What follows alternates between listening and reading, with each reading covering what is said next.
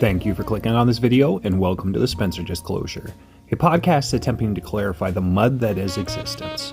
In this episode, we will be covering the legendary Kozyrev Mirrors, so sit back, relax, grab a drink and your favorite snacks, and get ready for one fascinating ride.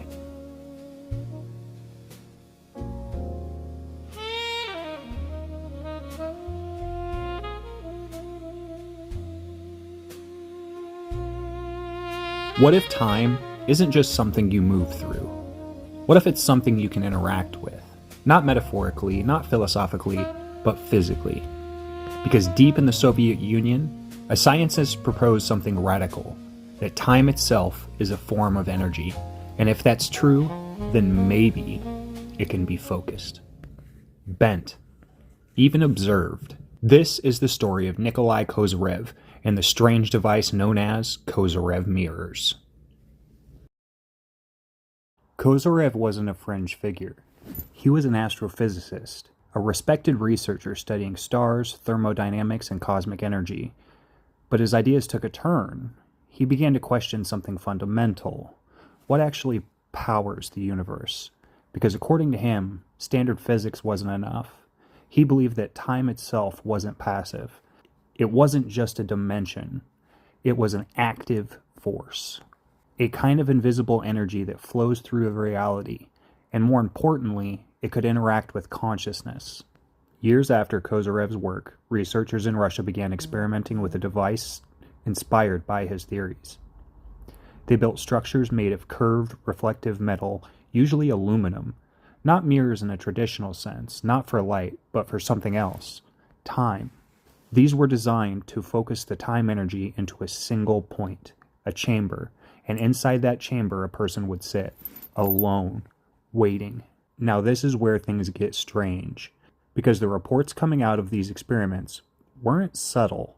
Participants described vivid visions, encounters with symbols and entities, a sense of leaving their bodies, their heads growing heavy.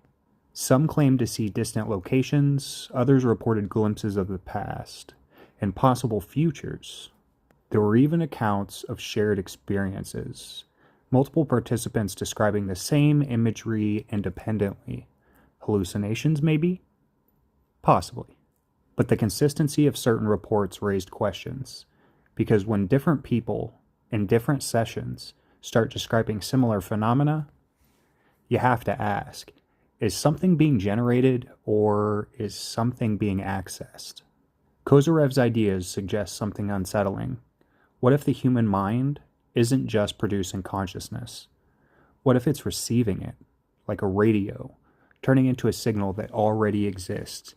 And if that's the case, then devices like Kozyrev Mirrors wouldn't create experiences. They would amplify reception, allowing the mind to tune into frequencies it normally can't access. Past, future, other layers of reality. Not imagination, connection. If even a fraction of this is true, why isn't it mainstream? Why isn't this technology being developed openly? Well, look at where it came from. Cold War era Soviet research. A time when anything related to consciousness, perception, or unconventional physics was immediately classified. And even today, research into altered states of consciousness is often dismissed, ridiculed, or quietly shelved, because it challenges something fundamental, and that's control. If human consciousness can access information beyond normal limits, then the boundary we rely on start to break down. Because while Kozyrev mirrors aren't widely discussed today, the core idea hasn't disappeared.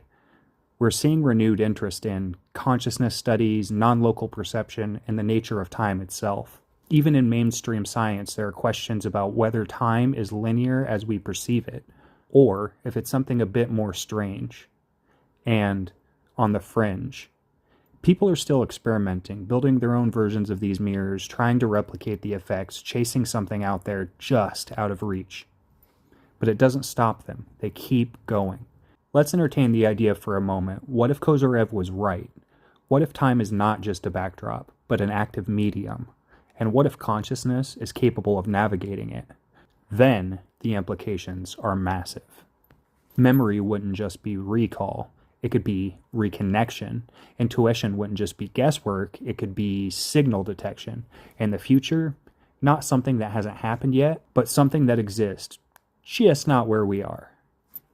So here's the thought I'll leave you with. Imagine sitting in one of those mirrored chambers. No distractions, no noise, just you and whatever might be waiting on the other side of perception.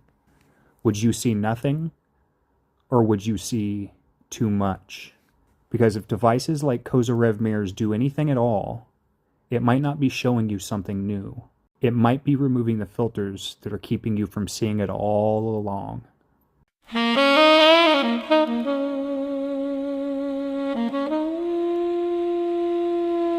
If you like this video, please hit the like button, it really helps, as well as subscribe to the channel to see more videos just like this and stay up to date on all episodes of the Spencer Disclosure. Also, please leave a comment below letting us know what you think of Kozyrev Mirrors and whether you would make and try one yourself, if you could. This has been the Spencer Disclosure, and remember, not everything hidden is out of reach. Sometimes it's just out of tune.